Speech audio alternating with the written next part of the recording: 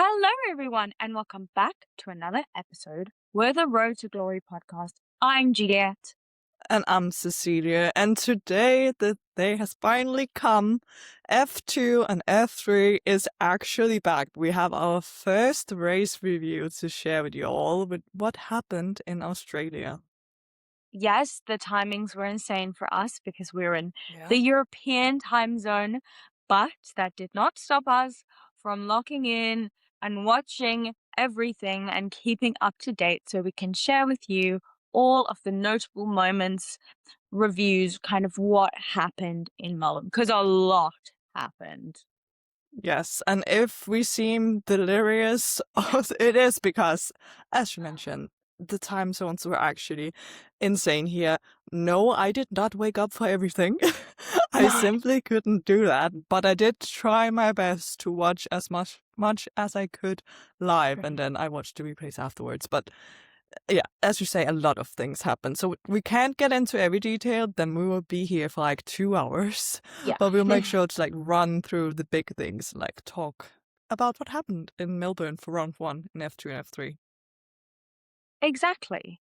I don't know if we have anything notable to mention before. I think maybe we've got some people who sat out in the test. We've got Michael Shin who sat out, who's now back. So he was here this weekend. But for Campos, Ernesto Riviera is still not there. So Patrick, I don't really know how to say his surname, but Patrick is there in Campos. Yes, it was very exciting to see for him, I'm sure, because he is Australian. So big opportunity to actually be able to step in. Of course, we hope that Ernesto heals quickly and Yeah. will be back. Also, a thing we have to mention before we jump into what happened and all the action is actually we don't currently know when the next F2 and F3 round will No. be, which obviously is so sad. Obviously, there are bigger things happening in the world, and we all want the war in the Middle East to end, but now, like, they shouldn't race there if it isn't safe, obviously. So if those races are cancelled, like obviously F3 and F2 are supposed to race in Bahrain, and also F2 are supposed to race in Saudi Arabia. If those are cancelled, we'll have to wait until Monaco in June before we are back. Like a full 2-month break after one round is insane, but yeah, let's wait and see what happens with that. Yeah, we will keep you updated if we hear anything.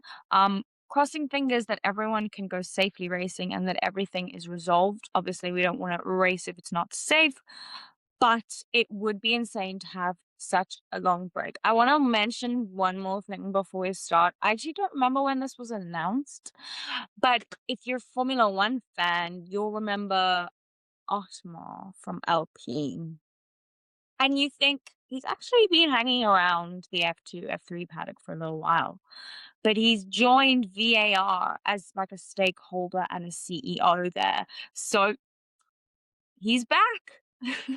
Yes, interesting move for sure. Going from F1 down to the feeder series world. I randomly walked past him in Silverstone last year, and I was like actual jump scare just at the inner track part. But now there's a reason for him to be there.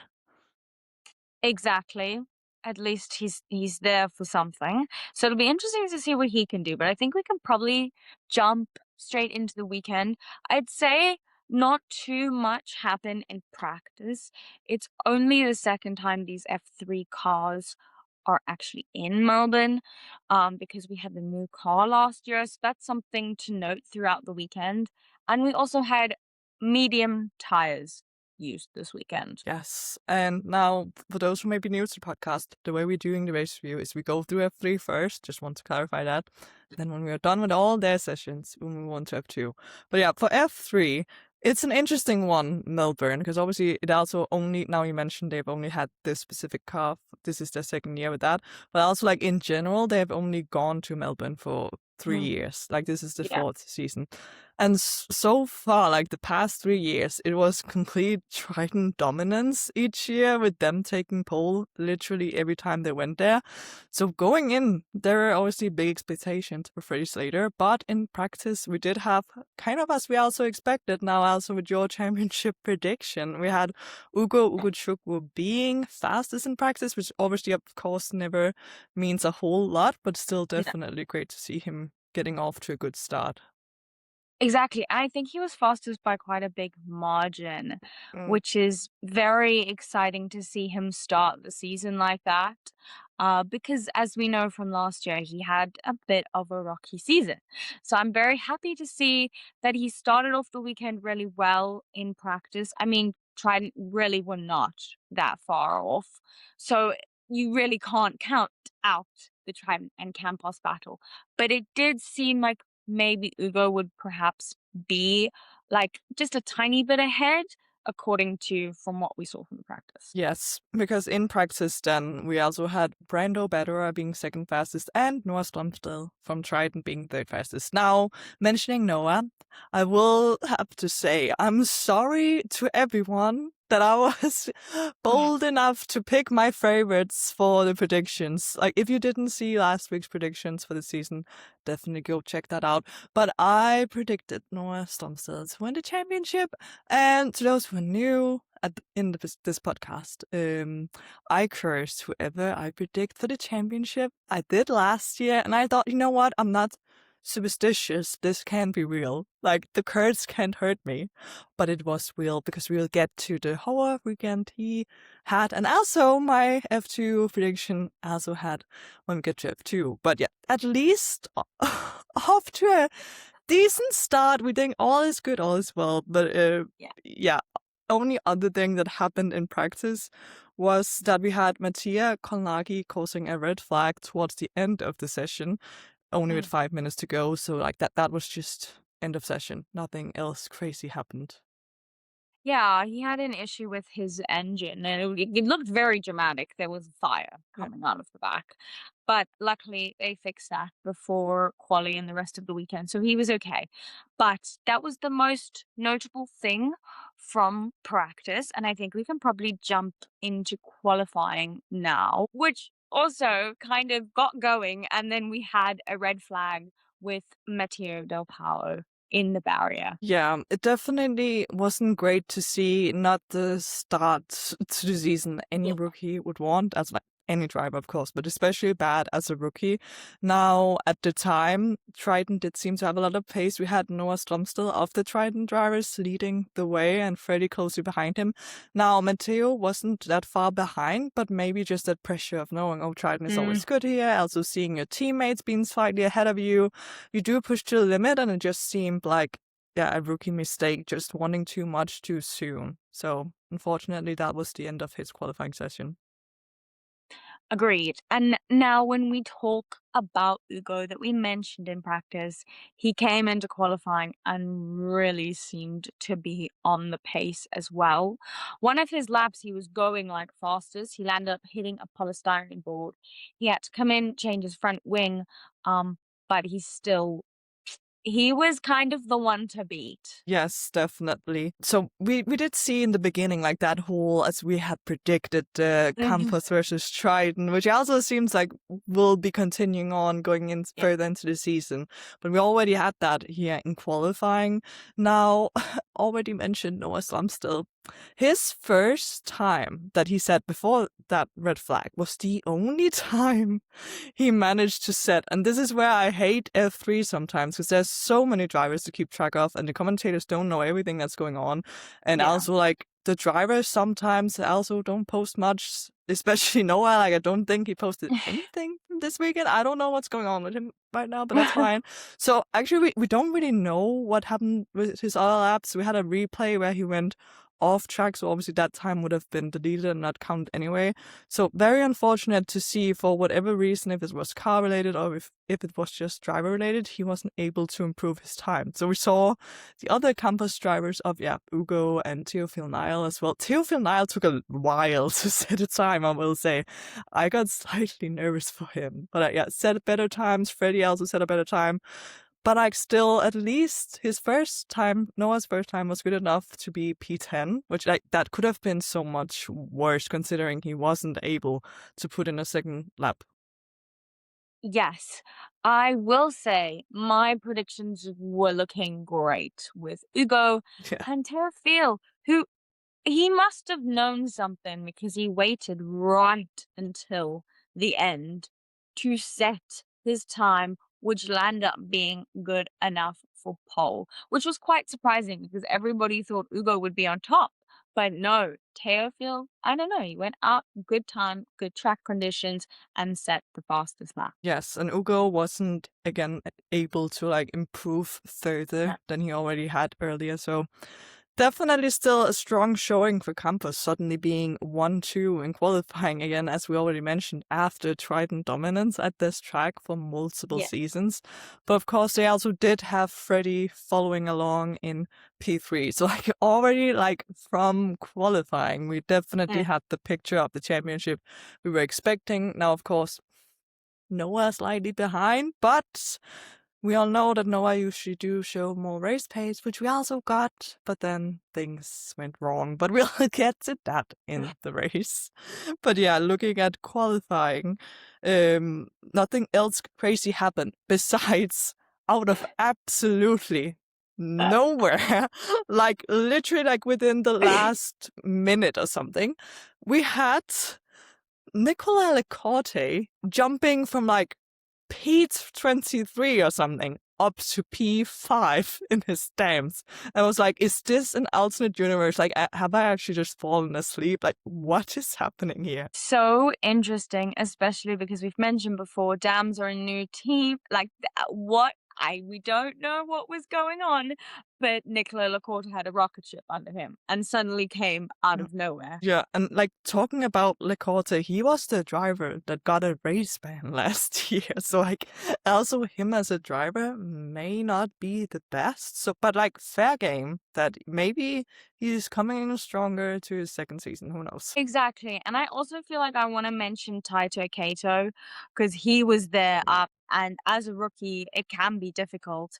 And Mattia Kolnai was also doing really well up there. So we actually got a couple of surprising people within the top 10 in qualifying. Yes, also now that you mentioned Kato, obviously we also had his teammate, Gladish, and I'm pronouncing that wrong, and I'm sorry, but all the way up in P4, also a rookie for ARCE, so very impressive to see. In general, like, it was an interesting qualifying, because we had, like, not the usual suspects, obviously, because Freddie is a rookie, but, like, the people we were expecting to see at the top were at the top, but then also like we had a lot of surprises mixed in the top 10. So yeah, the only other notable thing to talk about qualifying before we move on to the sprint is of course who qualified in P12, because those who may be new to the F3 world, whoever qualifies P12 will be the person who will start from reverse grid pole for the sprint, and that was Bruno Del Pino for VAR, and with his teammate Enzo De Ligny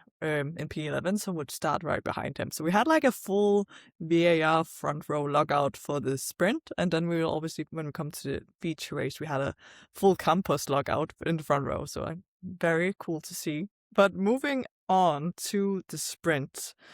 So now I was a bit confident about the sprint going into it. Like I had manifested that Noah Stromstad, we are winning it all.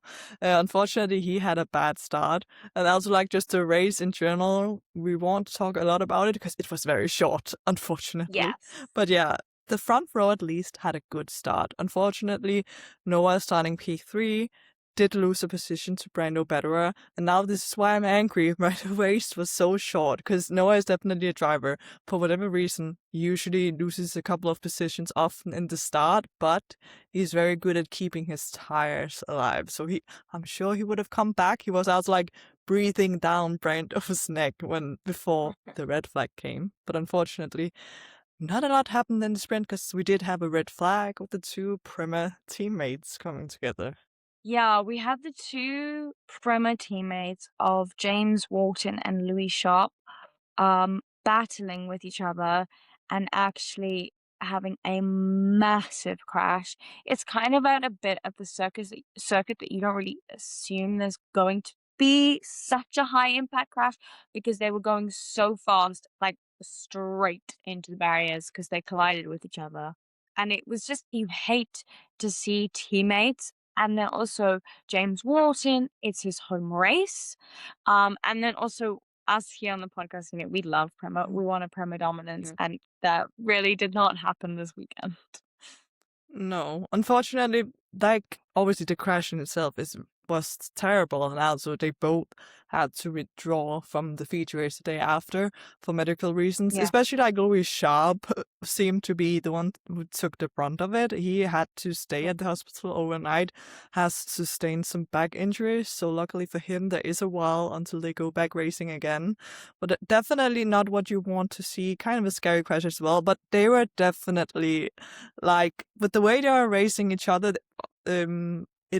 it had built up between them for a while that it was gonna boil over at some point. But the unfortunate thing is that they were actually both in points paying positions, but Yeah. unfortunately it did end in the barrier after basically James Watson kind of ran Louis Sharp slightly out of the track, at least on that curb bit, and then Louis was like, I'm not backing out. So basically the next corner they crashed into each other, unfortunately.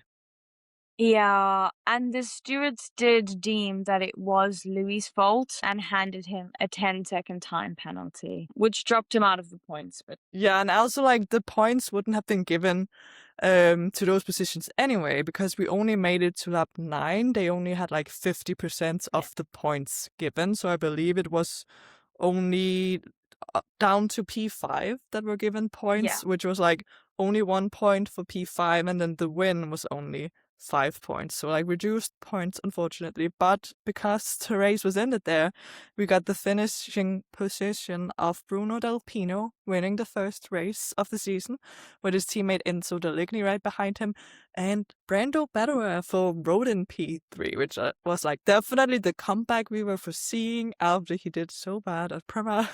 He is back now with some new life at Rodin. Exactly. Very excited to see him up there. Um, and having a good weekend, even though, we didn't get much racing in the sprint race, but we did, there were some points to dish out at least.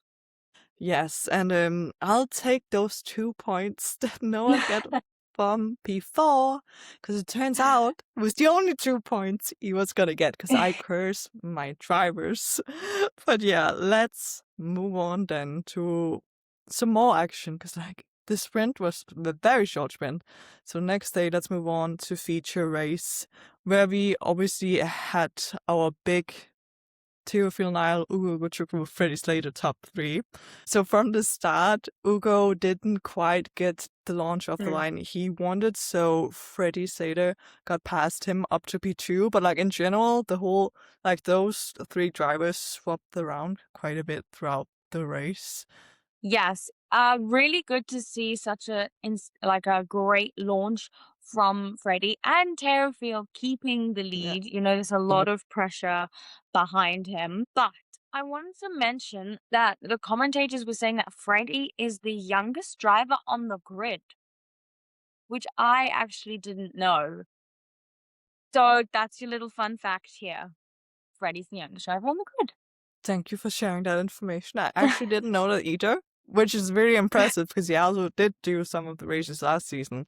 But Yeah. interesting little fun fact there.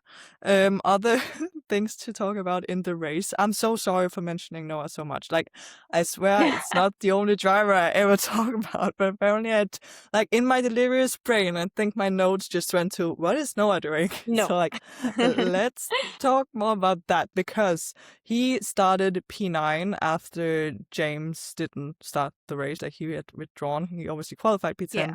was then moved up to P9. But again, as I mentioned from the sprint, he did lose a couple of positions in the opening laps, unfortunately, because whenever he did go for an overtake, it would end kind of badly and whoever was behind him would get past him. And then the commentator said that basically every time he tried to take a step forward, he ended up taking 2 steps back. And Noah took that personally. Like, it was like he could hear it, or the universe told him, because after the commentator had said that, Noah really made it his mission to get up through the field, did so many amazing overtakes, and actually got all the way up to P5 before things started to get problematic. Yes, we will get onto that, but I would like to Yeah. mention one thing. We were talking about Teofil having such a great start. Well, he actually had a false start Yeah. and got a 5-second time penalty from moving before the lights. Never what you want to see, but yeah, there might have been a reason why he had such a great start.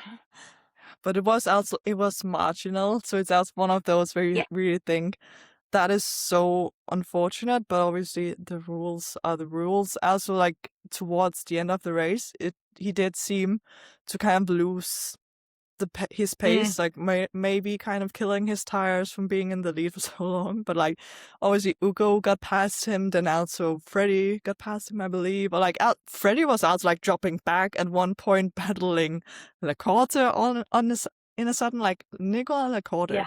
actually got up to the podium positions in P3 at one moment. I was like, Yeah. what universe are we in right now? No, exactly. It was actually crazy. We saw a lot of drivers like moving up and then suddenly kind of dropping off the pace. I don't know if they were using their tires too much because we do not have a pit stop in F3. But I would want to mention that we had a brief yellow flag for okay. This is going to be an interesting pronunciation. And if I have said it wrong, I'm so sorry. But I want to say Mandevut Brimavadiki? Something like Something that. like that. So yeah, actually I wrote down we had a safety car. I don't remember Oh, if I'm remembering no, I think you wrong. could be right. Yeah. It could have gone So yellow and then and I yeah, just I didn't think see so. it, but Oh, that's fine. Also we are just delirious right now, also recording yeah, this honestly. podcast. So like whatever we say, don't 100% believe it. Maybe we are trying to give you the right facts, but we are struggling. So yes, we had a brief safety car. We got back on Yeah. the way on lap 12, according to my notes. So hopefully Yes. that is true. And that was after that safety car was around the time when the Corte and Freddie Slater started to battle it out. And also we had Noah joining them. So Freddie did end up getting past the Corte. Noah saw the opportunity to, I actually have to get going now, because obviously he wants to challenge Freddie as well. Definitely the team of Triton team was very aware of, like, Noah can be aggressive. So they did come over the radio being like, full respect between teammates, that's fine. We didn't get to see a battle between Freddie and Noah, because unfortunately, No.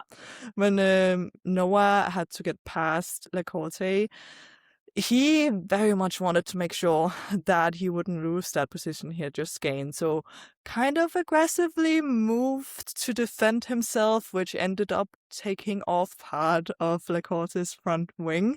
Now, I will say that a 10-second penalty for causing a collision, I feel like that was kind of harsh when we're literally talking about kind of an end plate falling off a car. I know it was like aggressive move, but like 10 seconds is kind of wild, especially when you compare later in the weekend in F2. We had, I believe it was Joshua Dirksen making a similar move where also like he had contact with another car nothing, like not even a penalty or anything. So can be discussed if like it was a full on 10-second for a collision, but that definitely ruined Noah's race, unfortunately.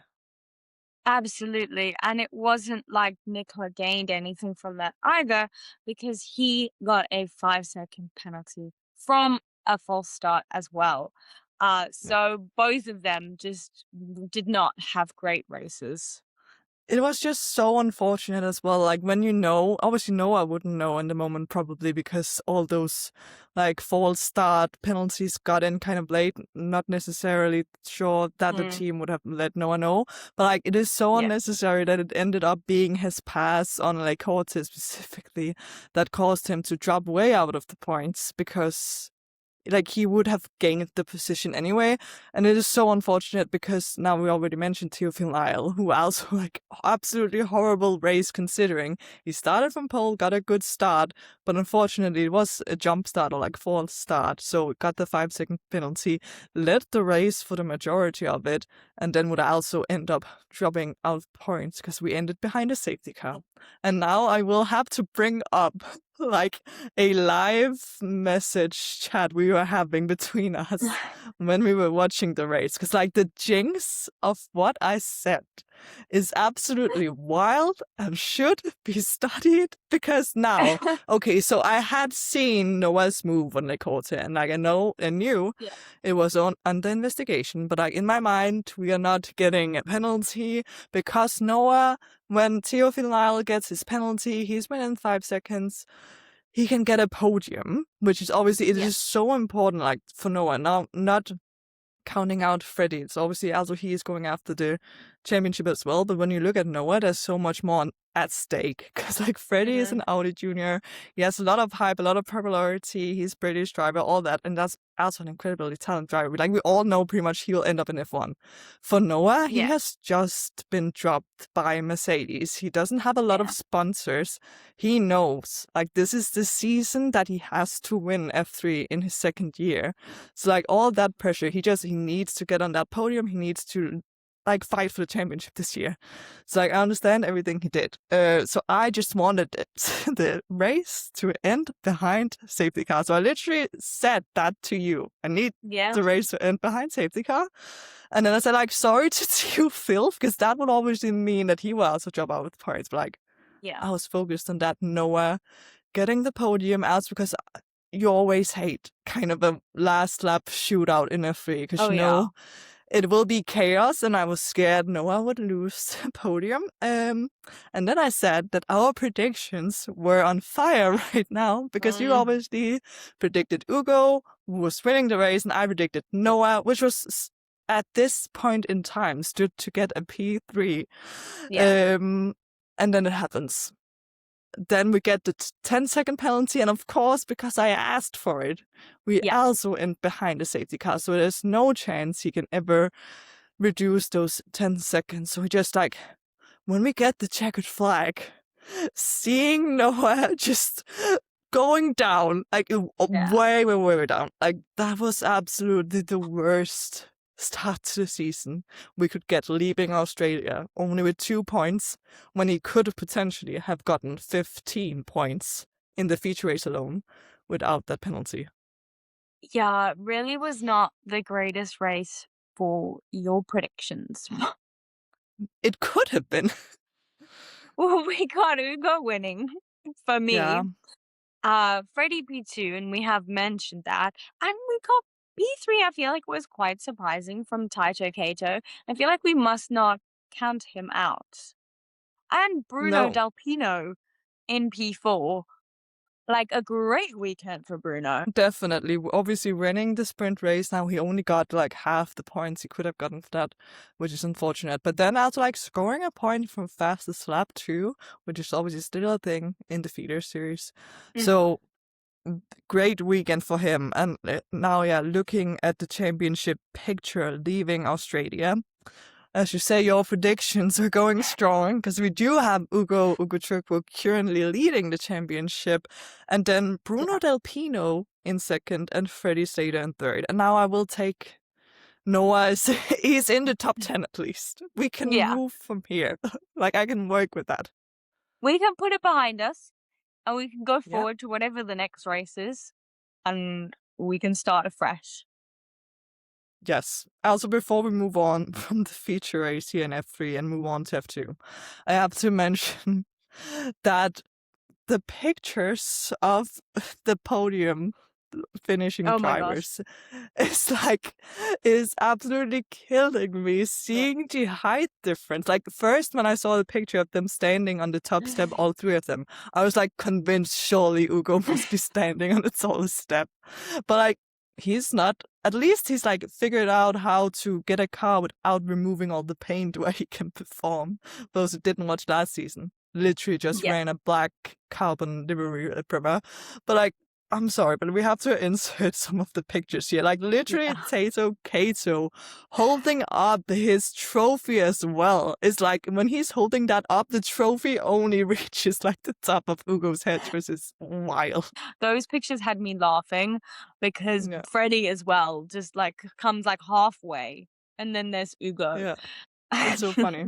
Also, like, it is funny to see, but also I do think it's really positive progression in motorsport in general, because like we don't have to go that far back in time where every racing driver had to be like super tiny. It's like way as little as possible, and we are actually moving away from that. It's super positive to see that someone who is literally that tall can also be like Yeah. one of the best drivers on the grid. Exactly. But I feel like that kind of nicely rounds up our chaotic F3 weekend. Really nothing Yeah. like there was no rain, but we still No. got insane stuff happening at Melbourne. But we can jump into F2 starting with practice. I have some facts about the weekend so we can set up the Yeah. weekend nicely.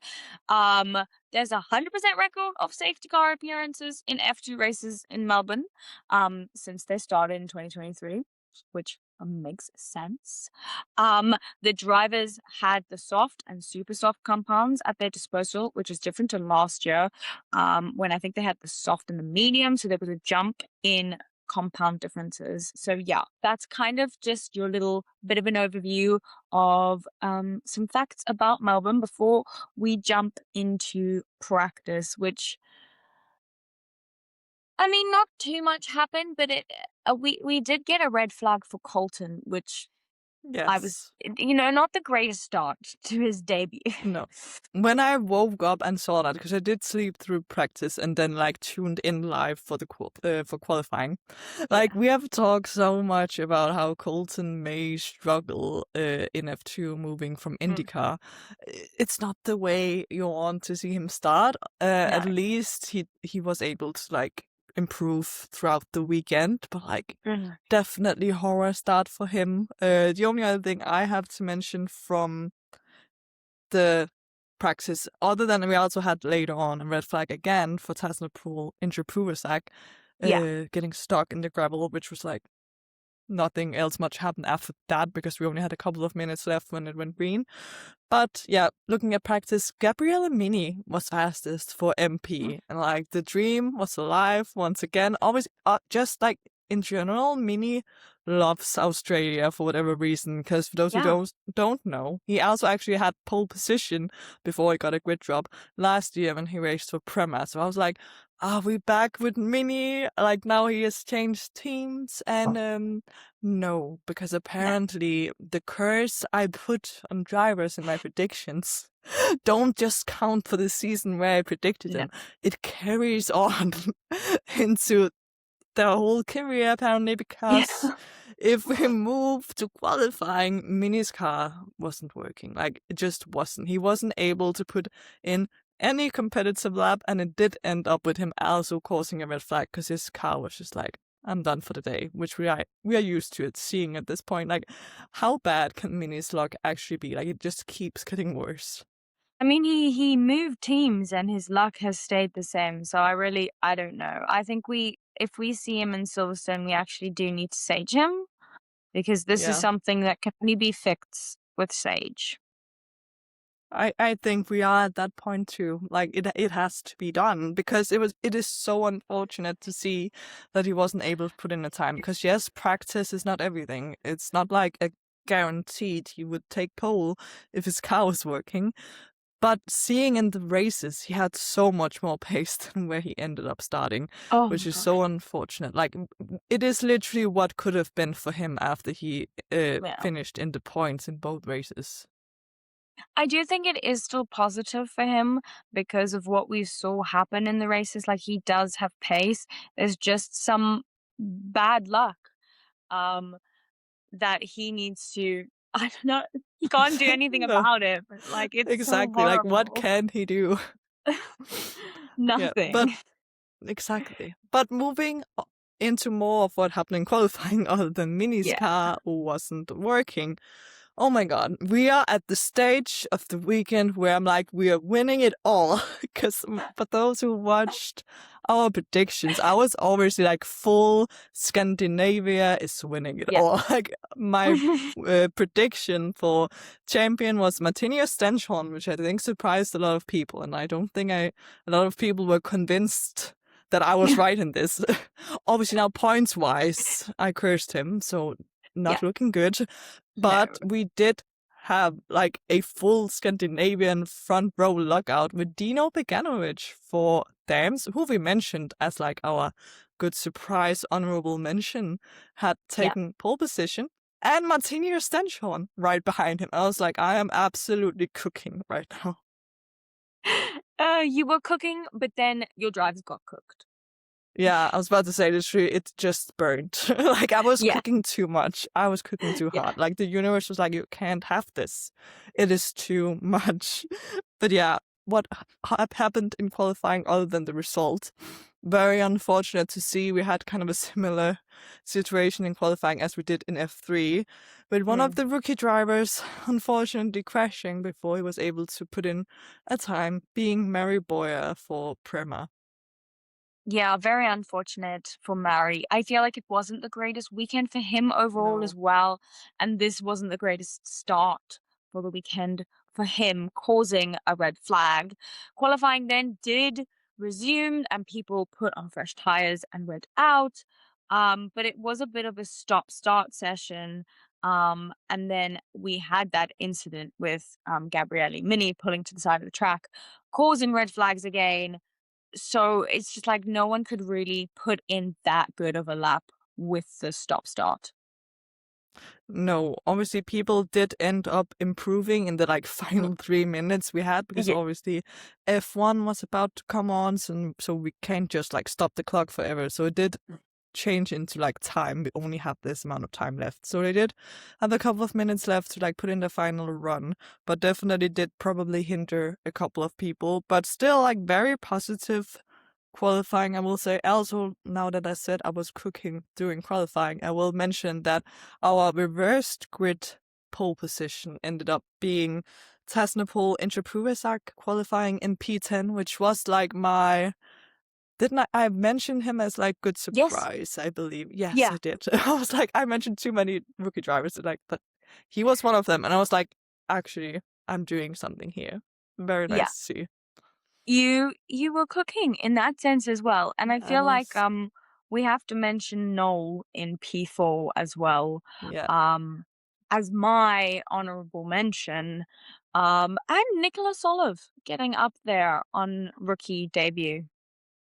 Yes, also favorite going into the season, Rafael Camara, was also up in P6, so not Yeah. too bad. Not the dominant pole position every qualifying that we are No. used to seeing in F3, but obviously he also has to wrap his head around this F2 car, so it will be interesting to see how he develops throughout the season. But definitely like a solid qualifying, nothing too surprising, I would say. I actually feel like Tasnapol was probably the most surprising, managing to qualify in P10. But yeah, it was kind of a stop-start qualifying, as you would say. So I'm sure some people would say they got caught out by that.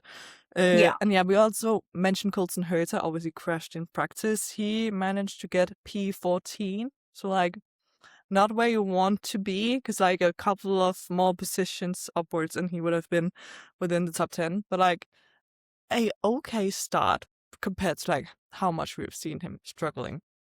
Exactly, and jumping in straight into F2, like, this is a whole different ball game. So, Yeah. it was not as bad as some people could have thought he would have done. But when we jump into the sprint race, we actually had a really good start from Tristan Pole into Zach, which I was like, yes, come on. I love Yeah. seeing unexpected people doing really well. Ollie Goethe also had a great start off the line. Joshua did not have the greatest start. He fell back. But Ollie's good start was a little bit short-lived because he got spun around, which then Yeah. dropped him back into the pack. Yeah, honestly, looking at my notes for the sprint, I was taking them live, so they are just delirious. Because, like, I Okay. didn't mean to wake up for the Yeah. sprint, I will say that, but I randomly woke up, so I was like, the universe is telling me to watch it. Yeah.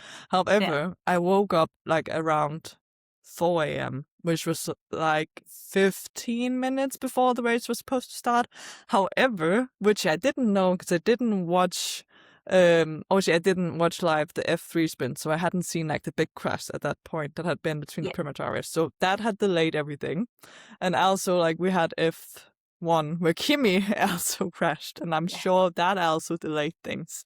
And F2 don't like to like give us a little update saying like when the session will start. So I'm ready to watch the sprint, and like the session hasn't started yet. I'm watching on F1 TV and like the broadcast hasn't started. I'm like Yeah. just getting more and more delirious waiting. I actually believe it was at least 20 minutes delayed. So Oh my I God. actually don't remember what I was even watching at that point. Maybe I should just have gone back to sleep. But yeah, as you mentioned Yeah. with the whole Joshua Dirksen not getting a perfect start, at least he was able to like retake P2 and Yeah. eventually also win the race. So great job for him.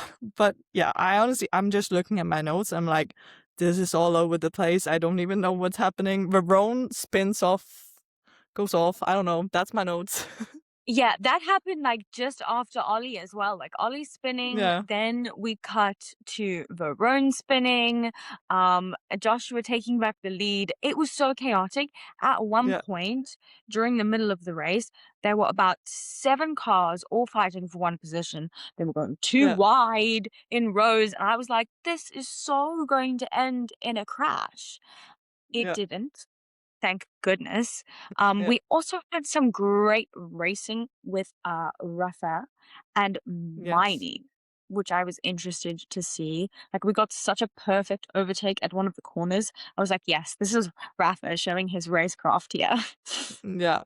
Honestly, he did show like a lot of racecraft in general, I feel like, throughout the races. Maybe he still has to figure out like how to race like that and still Mm, conserve his tires, because I do feel like that was a general thing that he may drop off a bit towards the end of the races. Obviously, as of here in the sprint, we don't have a pit stop, so they had to survive on that one tire. I also like, what happened to Dino? Because I just literally wrote down what happened to Dino. I know he pitted, but I don't even know why. He was just gone, and I was like, horrible start, and where he's did Dino starting go? pole tomorrow. Where did Dino go? He's just like disappeared. I don't even have any notes on Dino, so No, I he don't know. must have been involved in something. But I was like literally watching it, and then like he's just pitted. I'm like, oh well, not a good start for our pole sitter for the day after. I was like, just in general, Dino didn't have a good weekend compared to the fact that he was literally starting on pole like the day after. Yeah. One other thing I'd like to note about Colton is he actually did make contact with Nicola, and then Nicola was spinning. So maybe we should rename the F2 sprint to like ballerina time because they were all Yeah, spinning. literally. Like, it was so chaotic. Also, another thing I wrote down about Colton Herzer is he definitely didn't have like the debut he probably Mm, wanted, because yeah. starting from P14, his teammate starting right in front of him, Miyata was like on a run. Like, he was aiming for the points. He actually did end up in the points as well. Like, he was really making moves, ending up in P5, and Colton was just like, he was just stuck. He was kind of struggling, Mm, battling with whoever he was near, kind of being a bit clumsy in the ways he was trying to like make passes to. So nothing much happened with him. And then, of course, unfortunately, we did have Boyer going off again, as we did in qualifying. yeah. Um, very, very, very bad start for Boyer in his rookie F2 season, I will say, because he did cause a safety car, unfortunately. Yes, and this safety car did allow some drivers to gamble to switch Yeah. onto the super soft tires. And Colton was the highest out of them who decided Yeah. to gamble, and he was in 15th at the time. Um, I don't think it really worked out for them. They didn't really have that many laps left for them to make up the places. So we did land up ending up with Joshua winning. I will want to say I've noted down that Martinius has a 5-second penalty. I don't have the Yes, reason why. So if you can I give know. it, give it. That is the only thing I noticed because obviously I am full focus on how my You're prediction is Martin. going.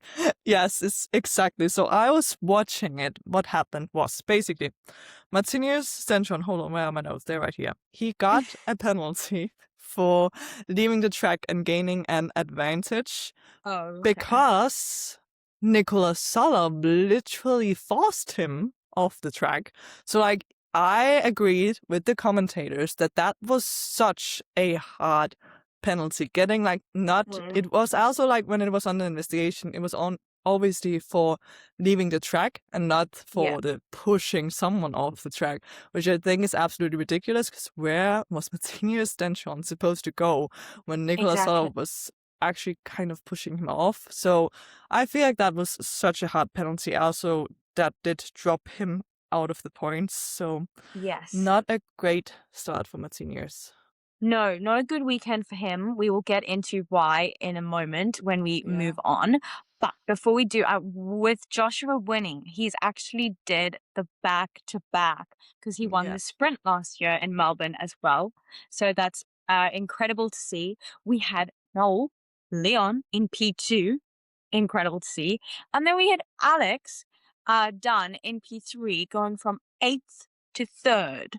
Um, Honorable mention Mini coming up to P6 from Yeah. 21st. So we had a lot of drivers who like made a lot of places during the race. Yes, Mini was on the move. That was also why I mentioned it was so sad to see he wasn't able to qualify where he should have, Mm, because then it's yeah. definitely like it is what could have been for Mini. Hopefully he'll be able to carry that pace into the coming rounds. But we have to wait and see on that. Also, I will mention about Tasnapol into Prubesak. Obviously, he started pole Mm, position. Honestly, he did so well for most of the race. It's definitely more like a rookie thing. Maybe he had pushed his tires a bit too hard because he did end off dropping off the podium. So finishing P4, but honestly, very good job for him, I would say, even though he didn't end up on the podium. He was still doing super well, but like it is definitely when you watch F2 and also F3, a lot of the times if you lose a position to like one driver, you just got swallowed up pretty much. And I think that was kind of what happened to him. yes, exactly. I think we can probably move on to our final session of the weekend, which was Yeah. obviously the feature race, which actually the chaos started before the race had even started, with Sebastian Montoya under investigation for an unsafe release while he was heading to the grid, which you never want to see. And I don't know, I feel like that's not actually his fault. I feel like that's the team's fault because he goes Yeah. when he says it's okay to go. So that wasn't the greatest start of a race for Sebas. No. Also, like, great job to the Jams mechanic that single-handedly just was running with the whole front wing to Balinsky's car. I'm so sorry. That looks so funny, but like, great job to him getting the job done. But if we move on, so then what actually happened in the race? Now, obviously, in F2, we usually do have split strategy because we do have a pit stop in the feature race. But Yeah. I feel like pretty much everyone besides, I think it was Nico Verone, we're agreeing that we are all starting on the super soft, and then there was him on the soft. But definitely, like, pretty much Yeah. everyone besides him. we're starting on The super funniest soft. thing is Pirelli even suggested, "Hey, you should go for the hard tire first and then the soft." And everyone Yeah, went, "No, I don't yeah. care. I'm doing it the other We way." are not doing that. Like, also because the teams know what is up, and they know, obviously, as you mentioned at the start of this F2 segment, there's like 100% chance of a safety car usually in F2. And often that Yeah. does happen near the start of the race. Obviously, they can't Mm. pit until lap 6, but like, still, they Yeah. wanted to start in the super soft because they wanted to not be stuck out on the harder of the tires if there would be potential for a cheaper pit stop on the safety car. Yeah. And when we're talking about Dino, I think we have to mention he had really a bad start. He dropped Yes. to fifth. And you know what? Joshua had the most awful start. He had a full anti-stall, literally could not get going, pretty much dropped to last. So I feel like Joshua, I know you've kind of changed teams, gone to a new car. Can we work on our starts, please?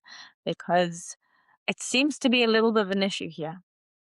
Yeah, hopefully that will go better next time Yeah. they go racing. Especially, like, now we don't know where the next race will be at this moment. But if the next race is in Monaco, getting the Mm. start Oh my right God. will be critical. Like, if you lose positions off the start there, you're done. You're not getting those positions back unless something crazy happens with safety cars and like pit stop strategy.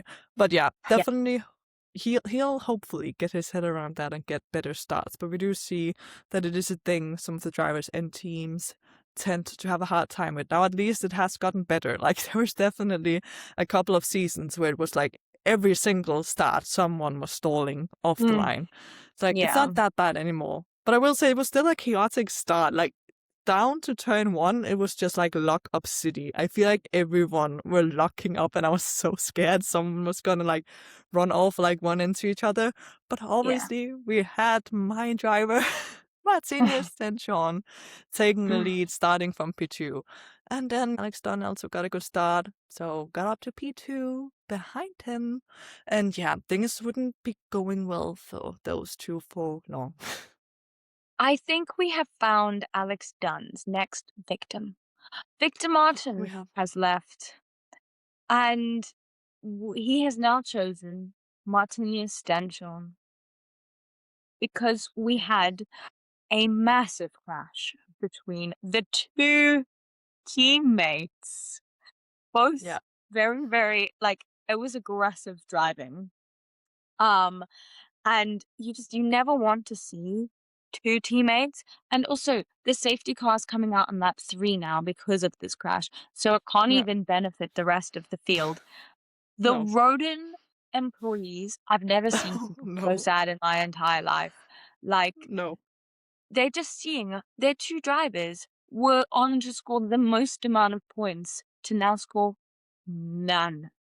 Yeah, they were literally first and second. Like, just Yeah. imagine the points haul they could be going away with from this race. And like, I found it so funny, but also not funny because I hated what was happening. But like, Mm. I feel like there was like kind of a slow-mo almost of like one of the Rodin employees on the pit wall just screaming when it happened, because obviously it's not what you want to ever see pretty much. And also like, this is what we've talked about in the past with like driver lineups where they have like two or more if we are in F3, but like in F2, two talented drivers. Like, if things are not going to go good for them, it's because they are tripping over each other. And that is definitely what Yeah. was happening here. I honestly feel so bad for Martinius, and I'm just so annoyed that we are having this conversation again, that Alex Dunne is like, I'm just tired of like repeating myself with the whole he's such a talented driver. He is a good driver, like he's a quick driver, he knows how to go racing, but then somehow we always end up having the same conversation about then why can he not control himself when we get in these wheel to wheel situations where it always, most of the time, goes wrong, and it is on his side that it goes wrong. It's Yeah. not even like, oh, he's unlucky and gets involved in things, which also often happen to talented drivers. But no, it is on him entirely in this case again. Yes. I mean, this dude is completely agreed. And he did land up Yeah. getting a 10-second time penalty, which I think was converted Yeah. into a 5-place grid drop for the next feature race, which is a new regulation instead of for the next race they partake in. Yeah. It's the next feature race. But I will say, Alex had a very aggressive radio that got played right Mm. after the crash. He has come out and since apologized about it. But I feel like we do need to mention that he said that Martinius was never going to finish ahead of him again. I'm not quite sure Mm. how Alex thinks he's going to control that. Definitely No. heat of the moment. And Alex did write like, oh, we've repaired like our bonds, like both as teammates and as friends. But low key, I feel like there could be some beef between the two of them. So I'm interested to Yeah. see how it plays out throughout the rest of the season. That radio was honestly wild, and I do know it's the heat of the moment and everything, Yeah. but still, like with Alex, the way he keeps ending up in these situations, I feel like it's not even like just what he's saying afterwards. It's just like in the heat of the moment of like the what is going on the racetrack as well. Like he just can't keep his cool for whatever reason. Like we talked about this last season. Like if he can just iron out his mistakes of like crashing into people, getting penalties, almost getting a race ban. If he could just do that, he would be such a strong favorite for the championship. But like in my head, clearly he just doesn't want to win the championship because like what do Mm, you mean? We are in round 1. You are battling for the lead with your teammate, and then you make such a sloppy mistake. Like it just doesn't make sense. He also got past him. But then he decides, you know what, I want to make sure Martinius is not getting past me.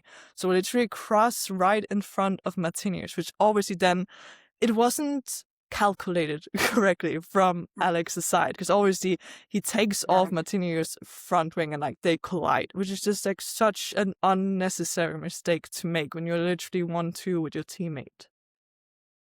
Yes, exactly. Not it was not a good incident. I feel like we could be here forever talking about them. So Yes. we'll leave it at that because we have a lot of opinions on that. But I'm interested to see how that goes on forward. But obviously this happened like pretty much right in the beginning of the race on lap Yeah. 3.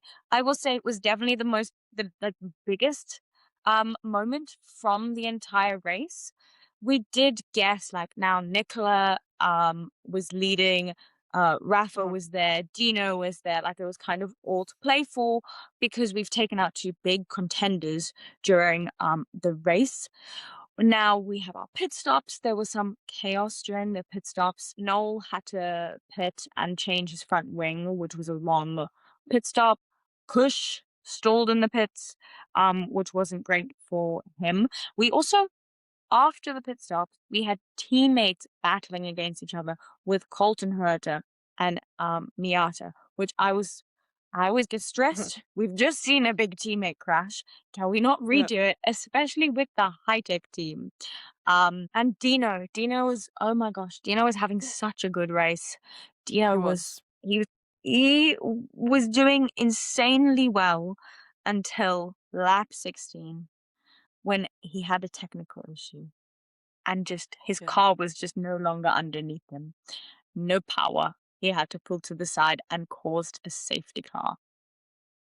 So unfortunate, because obviously we talked about how he had a bad start. So yes, he did drop off the podium positions at the start, but he did obviously now as well. Also, Alex and Martinius helped out by going out of the race, but Mm, still, from pure like race pace, battling the drivers who were still on the track, he did manage to pass Rafa for P2. So, like, when his car said, you know what, I'm done for the day, he was literally in P2.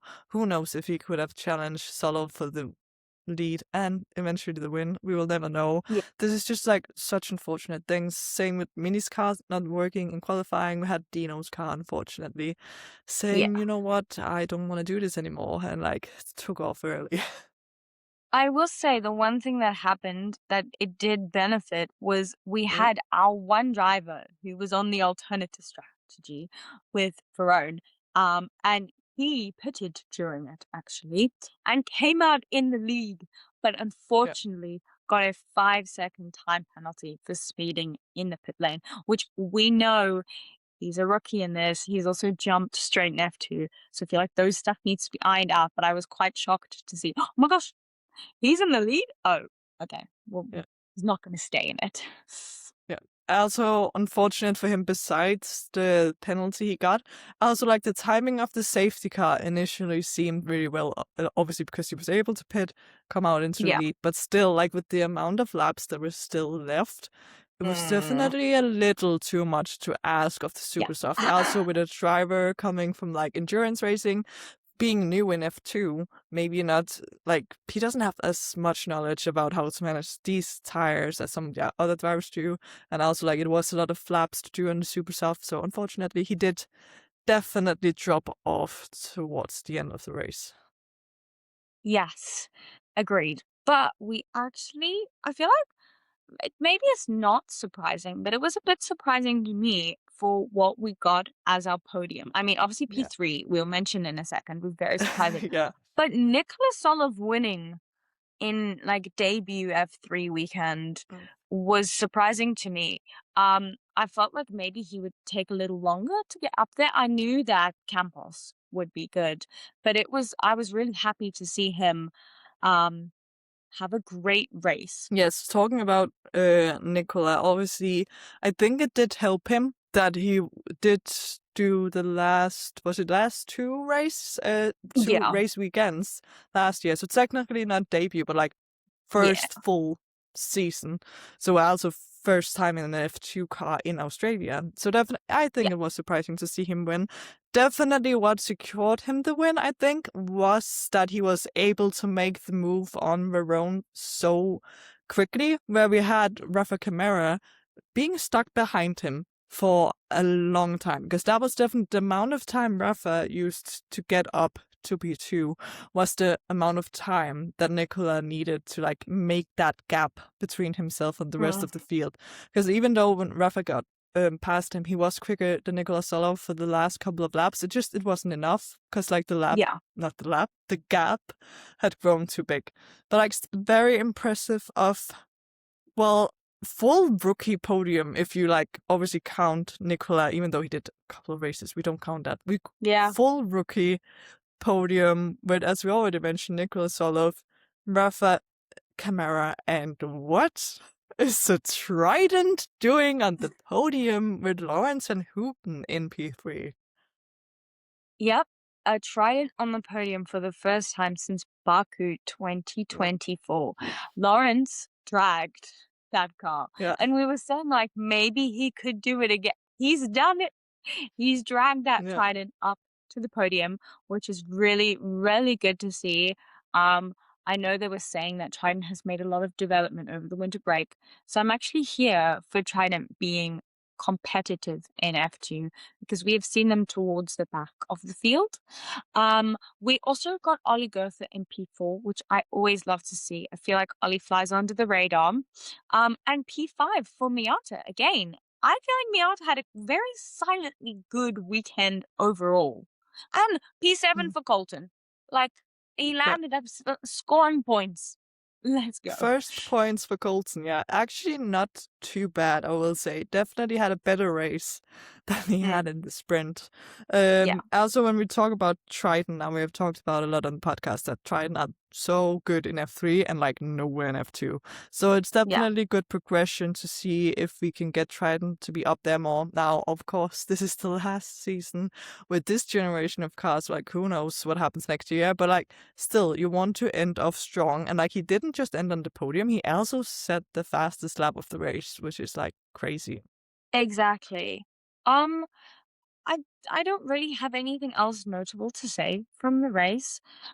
We did get Mini in P8, Sebastian Montoya P9, Joshua Dirksen fighting from the back after his stall in P10.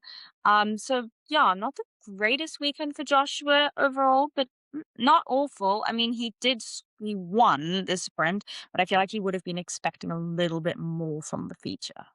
Yes, definitely that start he made was hindering him for Yeah, sure. So yeah. if he can get better at that, hopefully things will get better for him. But yeah, looking at how the standings are now after round one, Well, we have Nicholas Sala leading, which is obviously good Yeah. for him.